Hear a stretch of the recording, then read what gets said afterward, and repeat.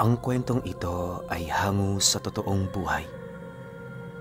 Karanasan ito ni Manoy Pernan.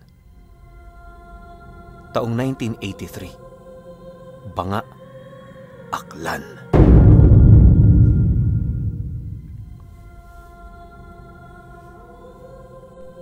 Itong mga panahong ito, kasalukuyang nasa edad 70 anyos, itong si Manoy Pernan. Sa kanilang lugar noon, kilala siya bilang albularyo na ang pamamaraan ng kanyang panggagamot ay sa pamamagitan ng usok ng tabako. Yung tipong pagpagan ka lang ng usok nun sa katawan, tapos kapag nakapagbitaw na yon ng karagdagang orasyon, sasabihin nun sa'yo, magaling ka na. Nakakatawa man ang panggagamot ni Manoy Pernan, pero napaka-epektibo nito. Sa katunayan, sa loob ng mahabang panahon, marami na siyang nakaaway na antingero dahil lamang sa pag-aasam ng mga ito na makuha ang kanyang sikreto. Subalit sa halos hindi mabilang na masasamang loob ang nagtangka, ni isa roon walang nagtagumpay. Dahil sa mga karanasan ni Manoy Pernan, unti-unti nang napalayo ang loob niya sa tao hanggang sa dumating ang puntong nanirahan na siya sa isang tahimik na lugar. Magmula noon, bibihira na lamang siyang manggamot dahil ang iilan sa kanyang mga parokyano hindi na mahanap ang lugar na kanyang pinaglipatan. Naging pabor naman yun sa kanya, lalo pat nasusulit na niya ang katahimikan ng buhay niya. Sa pagsapit ng unang araw ng taong ito, meron siyang nasipat na 2 kataong naglalakad papalapit sa kanyang bahay. Dahil sa nagkataon noong nakatago sa kawayan ang kanyang katawan, nasisiguro niyang hindi yun basta-bastang masisilayan ng dalawa. Habang pinagmamasdan niya ang mga ito, doon niya namukhaan ang isa sa mga lalaking yon bilang isa sa mga matagal na niyang kaibigan sa baryo. Akay-akay nito ang anak nitong lalaki na tila bang meron yung iniindang karamdaman. Sa paglapit ng dalawang yon sa harapang bahagi ng kawayanan, panay naman ang ginawa nitong pagmamasid sa buong paligid hanggang sa hindi naglaon, napansin niyang aalis na yon sa lugar na yon. Bago pa man makalayo, agad naman siyang tumungo sa labasan ng kawayanan habang nagwiwika rito ng, "Oh, Mio, saan ka pupunta? Akala ko bibisita ka." Nang marinig naman yon ng kaibigan ni Manoy Pernan, bigla na lamang yung napatingin sa kanya, bakas sa pagmumuka ang pagkagulat at labis na pag-aalala. Maya-maya pa, dali-dali naman yung lumapit sa kanya akay ang anak nito habang sumasagot yun ng,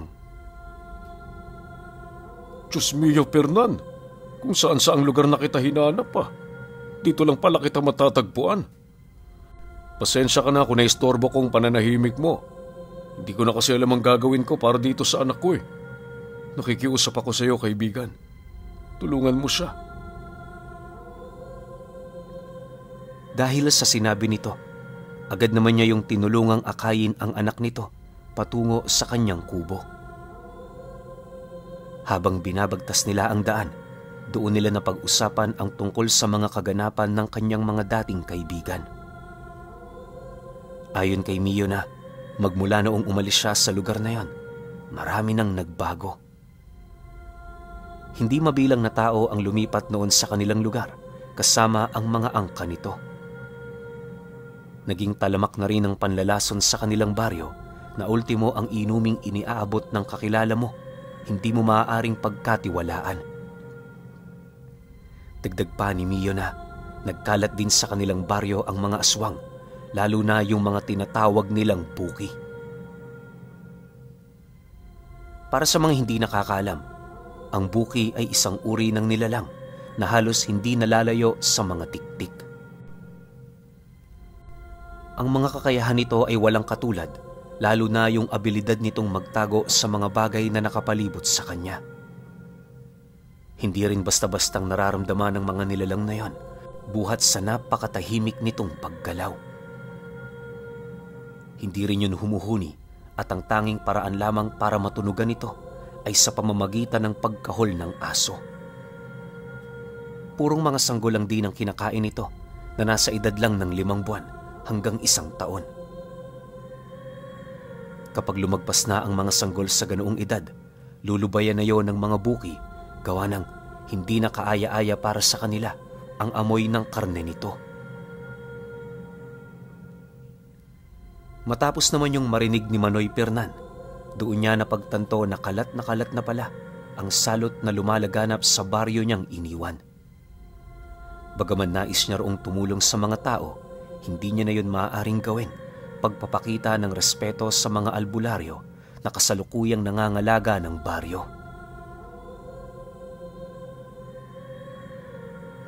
Sa pagpapatuloy ng kanilang pag-uusap, narating na nga nila ang pamamahay ni Manoy Pernan.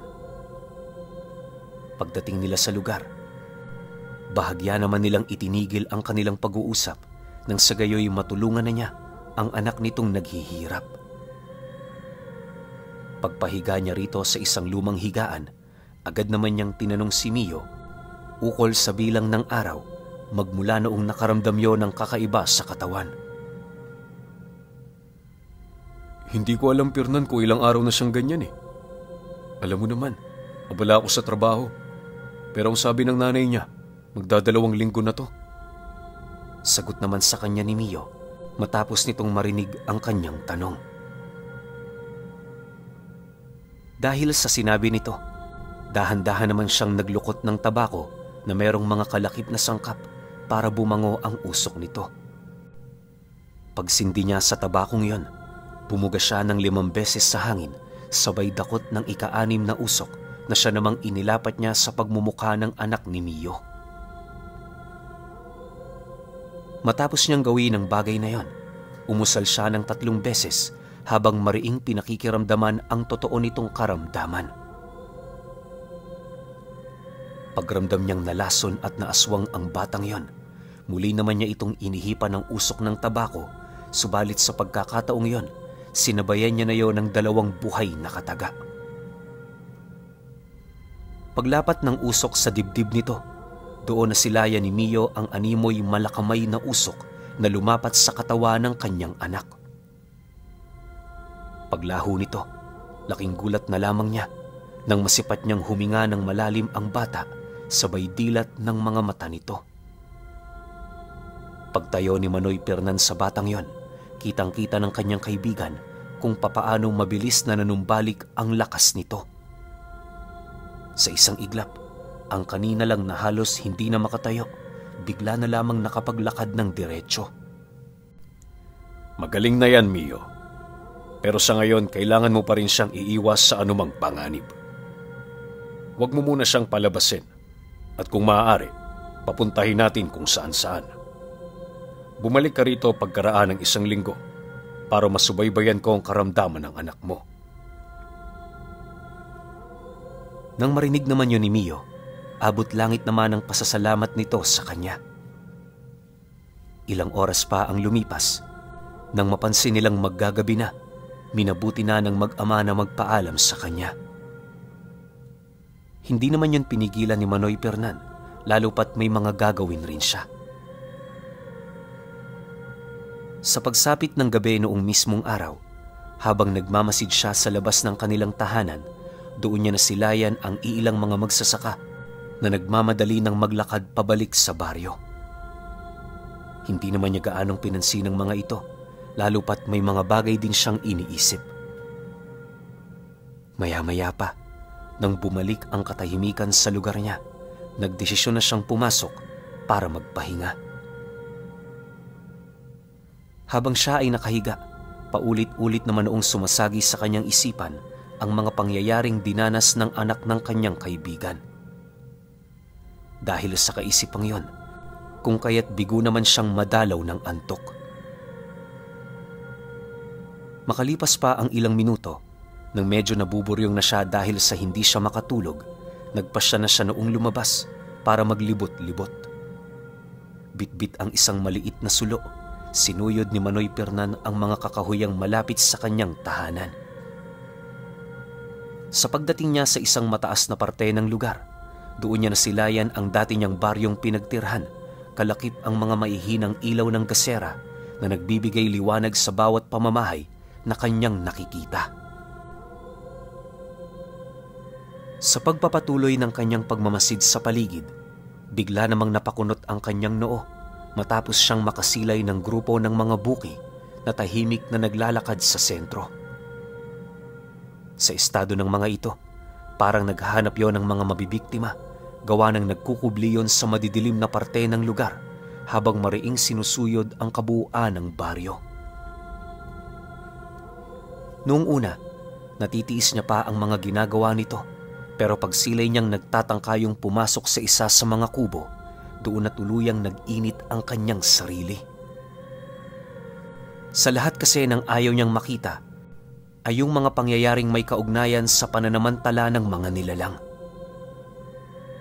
Nang dumating na sa puntong hindi na niya maatim ang mga bagay na kanyang nasisilayan, doon na siya nagpasyang bumaba para paslangin ang mga nilalang. Sa isip-isip noon ni Manoy Pernan, hihingi na lamang siya ng tawad sa sino mang albularyong makakasilay sa kanyang gagawin. Habang binabagtas niya ang daan pababa ng baryo, doon na niya nararamdaman ang matinding salot na sumusubaybay sa simoy ng hangin. Sa estado ng salot na yon, alam na alam niyang binubuo ito ng iba't ibang uri ng mga nilalang. Di pa man nakakarating si Manoy Pernan sa baryo, naramdaman na niya ang presensya ng gabunan, kaya na may ang ginawa niya, dukutin na ang isa sa mga tabakong dala niya. Pagsindi niya rito, lumitaw naman ang dalawang mapupulang mata ng kung anong nilalang na sumabay sa usok nito. Matapos naman yung masilayan ni Manoy Pernan, napangisi lang naman siya habang nagmamadaling naglalakad patungong baryo. Hindi naglaon nang marating na niya ang lugar, doon bumungad sa kanyang mga mata ang buking abalang-abala sa pagkukumpulan sa isang kubo. Maipasok lamang nila ang malasinulid nilang dila sa loob nito.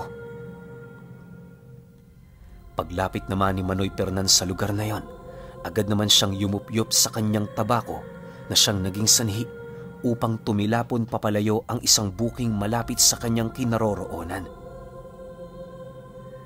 Pagtayo nito, bigla naman yung lumutang sa ere habang paulit-ulit itong nagpupumiglas. Sa estado ng nilalang na yon, para itong sinasakal ng kung anong elemento. Dahil sa pangyayari, bigla namang natigilan ang lahat ng kasama nito habang dahan-dahang gumagapang patungo sa kanyang harapan. Nang mapagtanto naman ng mga ito na nagawa na siya nitong masukol, doon na niya napansin ang isang buking dahan-dahang nagpapalit anyo bilang matandang uugod-ugod na. Pagtitig nito sa kanya, nag-aangil naman yung nagwika ng, "Pakawalan mo ang anak ko! Kung talagang matapang ka, lumaban ka ng parehas!" Nang marinig naman ni Manoy Pernan ang sinabi nito, napangisi lang naman siya na para bang hindi siya nakakaramdam ng anumang takot sa katawan niya. Pagkumpas niya ng kanyang kaliwang kamay, narinig na lamang ng mga nilalang na yon ang tunog ng pagkaputol ng leeg na nagmumula sa buking nakalutang sa ere. Sa pagbagsak nito sa lupa, tulala lang naman yung nakahandusay habang dahan-dahang naaagnas ang kabuuan ng kanyang katawan. Pagsilay naman dito ng matandang kumausap sa kanya, dali-dali naman yung lumapit sa kanyang anak sa pagbabakasakaling magagawa pa niya itong maisalba. Subalit, kahit anong gawin niyang pagpapainom doon ng laway, wala na yung naging kapangyarihan para makabalik pa ang nawala nitong buhay. Nang mapagtanto naman ng matandang yon ang nangyari sa kanyang anak, bigla naman yung umangil ng malakas at kasabay nito ang mabilis nitong pagpalit anyo. Pagsilay naman ng nilalang na yun sa kanya, walang habas naman siyang sinugod ng iba pa nitong mga kasama na siyang naging sanhi upang mapahigop naman siya ng usok na nagmumula sa kanyang tabako. Pagkabuga niya ng usok, bigla namang natigilan ang grupo ng mga buki sa kadahilan ng kitang-kita nila ang ilusyong lumalaganap sa buong paligid. Mula sa napakakapal na usok na bumabalot sa lugar na yon, lumabas ang 3 nilalang nagawa sa usok ang mga katawan. Meron yung hawak-hawak na itim na sibat kung saan gawa rin yon sa hindi pangkaraniwang usok. Pagbitaw ng mga ito sa kanilang mga tangang armas, dumami naman yon ng dumami na siyang naging sanhi upang magawang mapabagsak ng mga nilalang na yon ang grupo ng mga buki sa iisang pag-atake lamang. Matapos ang pangyayaring yon, bigla namang nawala ang napakakapal na usok kung saan doon napansin ng matanda wala na siyang natitirang kasama sa lugar. Pagsilay nito sa kinaroroonan ni Manoy Fernan, umangil lang naman yon habang bakas sa pagmumukha nito ang labis na pagtataka buhat sa mga nangyari. Marahil ay nagtataka ka kung bakit nag-iisa ka na lang ngayon. Ipapaliwanag ko sa iyo para naman makaunawa ka sa mga bagay-bagay bago ka bawian ng buhay. Mahinahong wika ni Manoy Fernan habang nagyuyup-yup ng tabako. Ayon sa kanya na ang nangyari noong mismong oras na yon ay parte lamang ng abilidad ng kanyang mutya. Pasensya na kayo, hindi ko maaaring sabihin ang pangalan nito sa kadahilan ng gawa yun sa hiyas. Naniniwala si Manoy Fernan na ang lahat ng mutyang nasa kaanyuan ng perlas ay madaling mabasag. Basta ayon sa kanya, nakuha niya ang mutyang yon sa bundok na palaging may nakatakip na ulap tuwing umaga. Nabuo ang hiyas na yon sa pamamagitan ng hamog na halos ilang siglong naimbak sa lugar na hindi kalaunan nagsilbing lugar na pinaglalagakan ng hiyas. Dagdag pa niya na, hindi lang usok ang kayang kontrolin nito, gawa ng saklaw pa nito ang iba't ibang uri ng elemento. Kaya lang naman palaging usok ang kanyang ginagamit sa kadahilan ng palagi siyang naninigarilyo. Sa paglipas din ng panahong tinatangan nito ni Manoy Fernan, natutunan niya ng palabasin ang nilalang na gumagabay sa mutyang yon. Dahil sa wala itong eksaktong anyo, ang kanyang imahinasyon ang nagbibigay ng wangis nito. Hindi man sa pagmamayabang pero naniniwala siya na dahil sa lakas ng kanyang karga, kabilang ito sa pinakamalalakas na uri ng mutya. Matapos namang marinig ng buki ang tungkol doon, panay lang naman ang ginagawa nitong pagmumura sa kanya at nung makalakap na yon ng sapat na lakas, doon na yon naglakas loob na umatake. Subalit, nang akmang papalapit na yon sa kanyang kinaroroonan, bigla na lamang itong natigilan matapos nitong maramdaman ang pagtagos ng kulay itim na sibat sa kanyang panga na tumagos naman hanggang sa likod ng bungo niya. Sa pagbagsak nito sa lupa, dali-dali naman yung tinalikuran ni Manoy Fernan habang binibitawan ang mga katagang. Kahiya-hiya ka para sa lahi mo. Matapos ang insidenteng yon, minabuti muna niyang manahimik sa kanyang pamamahay. Makalipas ang 1 linggo, bumalik si Mio sa kanyang tahanan, bitbit ang isang magandang mensahe na merong kaugnayan sa anak nito.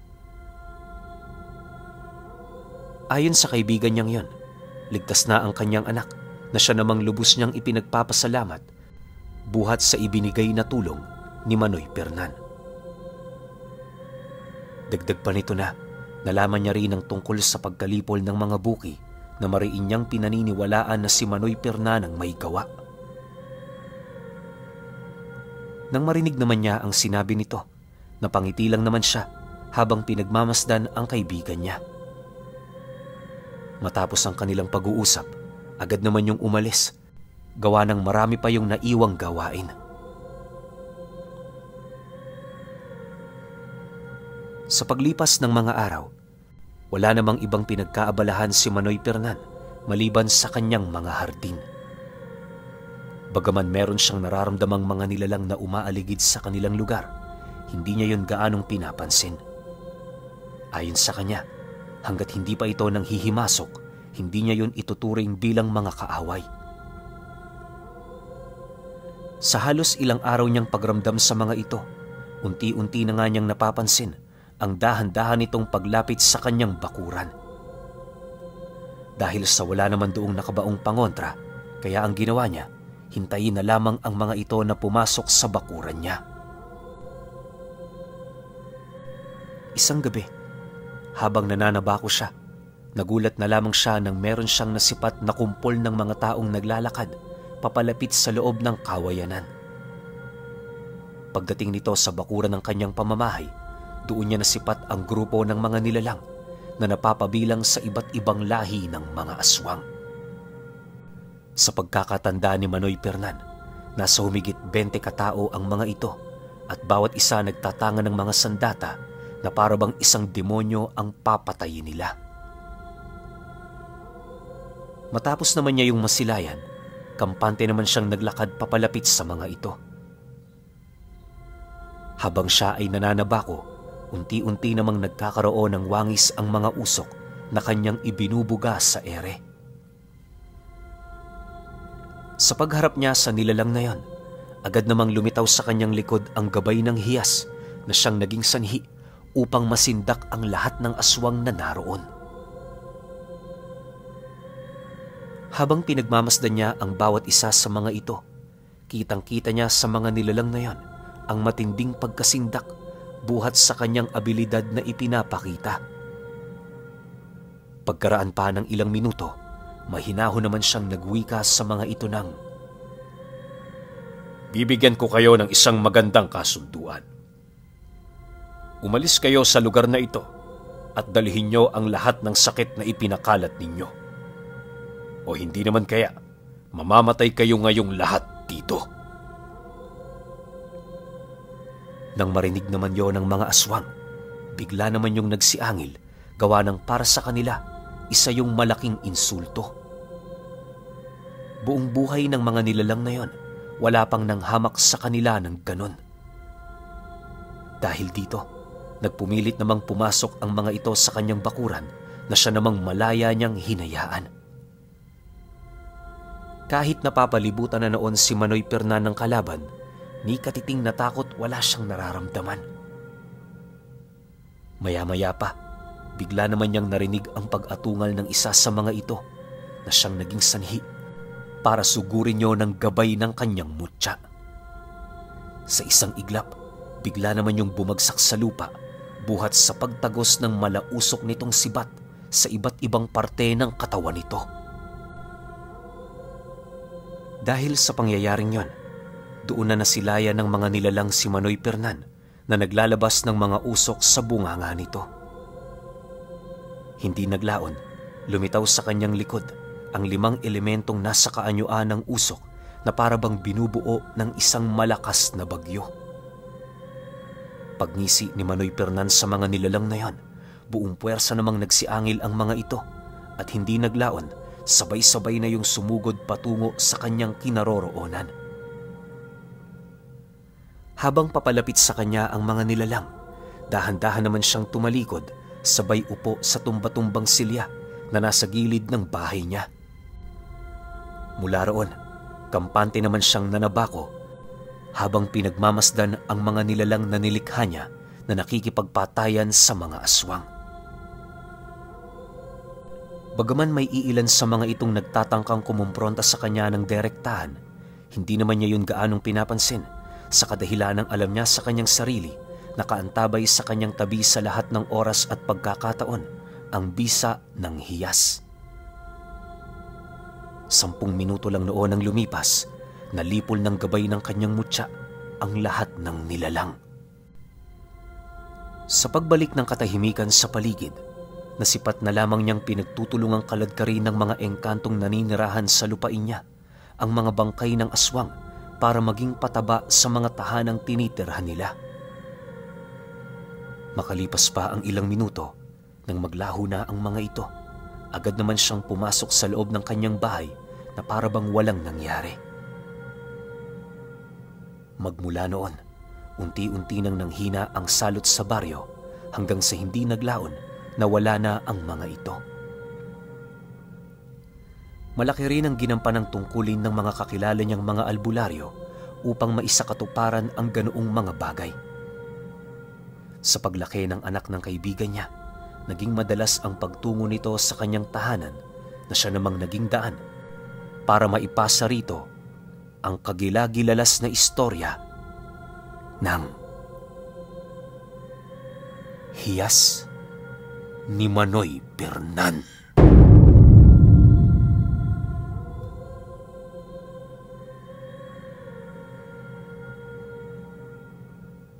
Okay, opinyon ko sa kwento. Grabe, sobrang lakas ni Manoy Pernan. Isipin ninyo ang sabi ni Manoy Pernan, marami pang kakayahan yung mutya niya. Ang naisipan niya lang gawin na parang pinaka-main na ability yung usok. Bakit? Kasi nga malakas siya magtabako Ang galing nun. Paano pa kaya yung ibang gamit nito, di ba? Paano pa kaya kung pagpalagay na natin na kumuha siya ng lupa?